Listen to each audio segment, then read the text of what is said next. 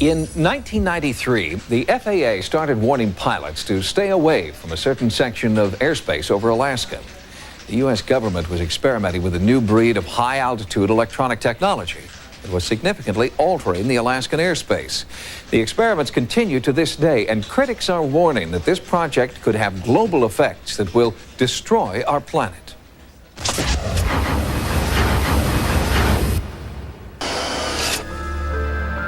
In Alaska, the rugged, pristine wilderness is timeless, most of it remaining just as it has for thousands of years. In the midst of all this natural beauty, just outside the small town of Gakona, stands an enormous and seemingly harmless antenna farm. It is a $100 million Air Force project known as HAARP, and critics of the soon-to-be completed facility charge it just may turn out to be the ultimate doomsday machine. It's got all the marks of Dr. Strangelove on it. HAARP is an acronym for High Frequency Active Auroral Research Program. According to program manager John Hesher, HAARP is a research facility designed to study the ionosphere. All the military have communications, surveillance, navigation systems whose paths either traverse the ionosphere or reflect from it. And so we need to be very careful about what we know about it and how we study it. What we're interested in is what is the effect of a large input of energy on the ionosphere. The ionosphere is the outermost layer of the Earth's atmosphere. It is part of an electromagnetic field that keeps out harmful solar and cosmic radiation. One visible effect of the sun's rays hitting the ionosphere is the aurora borealis, known as the northern lights. The ionosphere also plays a vital role in worldwide radio communication.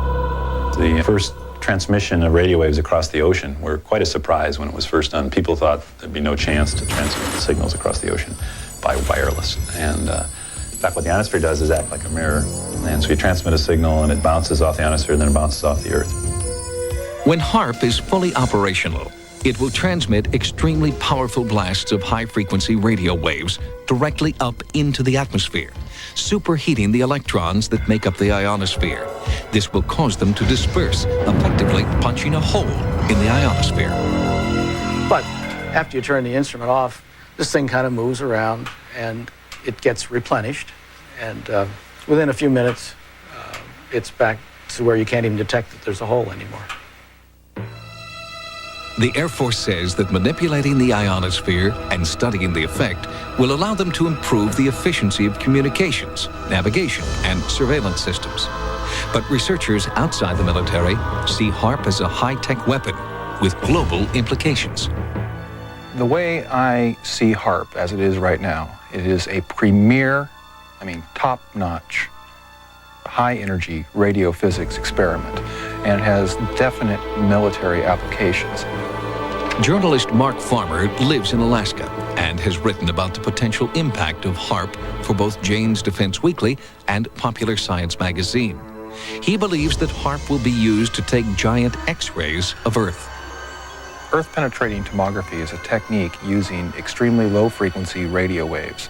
Today in geophysical probing, scientists will use explosives or a machine that thumps the ground to produce these waves, but HAARP will stimulate the auroral electrojet to make an antenna thousands of miles long that will emit these ELF waves. Farmer's research indicates that the extremely low-frequency waves would be capable of penetrating several kilometers into the Earth, ferreting out nuclear storage facilities and other underground military installations. This is producing surveillance systems able to detect stealthy cruise missiles and aircraft. These are systems that will enable us to communicate at higher data rates and at greater distances with our ballistic missile submarines. While the Air Force insists HAARP is not an offensive weapon and is necessary for continuing national security, Alaskan native Nick Begich proposes a different scenario in this new book. The things that we found in other Air Force documents, one in particular was a document put together in '82. The document was called Low Intensity Conflict in Modern Technology, with a foreword by none other than Newton Gingrich.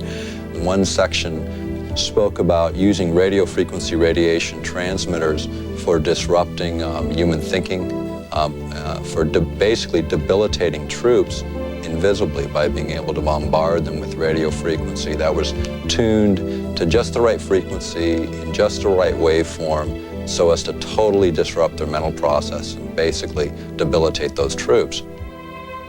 Because of HAARP's potential to disrupt the Earth's magnetic field, many observers are concerned that it will damage the biomagnetic sensors that migratory animals like salmon and birds depend upon. Anything that HAARP can do to the magnetic field is orders of magnitude smaller than the natural variations of the Earth's field. So I would have to say, no, there's nothing we can do to affect the salmon. But what generates the most concern by far is HAARP's ability to tamper with and punch holes in the ionosphere. The thing that one of the Air Force documents points out is that they want to use this heater to create enough energy in the ionosphere to get a runaway effect up to the next stabilizing level, whatever that might be. It's precisely whatever that might be that worries Dr. Patrick Flanagan, a physicist who believes the ionosphere is extremely fragile. The ionosphere is a chaotic system that is on the edge of instability. So the trigger point for HAARP would be that energy and that frequency which throws the ionosphere into chaos. In other words, it would be that point which throws it over the edge. For example, it is believed that a hole in the Earth's ozone layer has caused an increase in infrared radiation, contributing to the melting of the polar ice caps and forcing New Zealand children to wear protective clothing to school. Flanagan and others believe the potential danger from a hole in the ionosphere is much greater. It could create a change in the ionospheric shield that protects us from cosmic radiation. We're worried about the ozone layer. The ozone layer is nothing compared to what HAARP could do. You know, we're worried about ultraviolet light. That's just a very harmless ray compared to some of those energy streams or particles that are coming from outer space that are being deflected by this natural shield around the Earth. And this is what HAARP wants to play with. Critics worry that HAARP has been placed in the hands of too few, and that international debate is necessary to fully explore all the potential dangers that this project may soon unleash, a proposal in which the Air Force has shown little interest to date. Once we open this box, and it is a veritable Pandora's box, we're not going to be able to close it. And of course, once you acquire a technology, you want bigger and better aspects of it. And then we come into the questions of whether or not, if we go big, if we go better, if we're going to cause damage to our planet. Proponents of HAARP insist the danger has been grossly exaggerated. The project continues to move forward as scheduled and will be fully operational by 1997. Next, they started an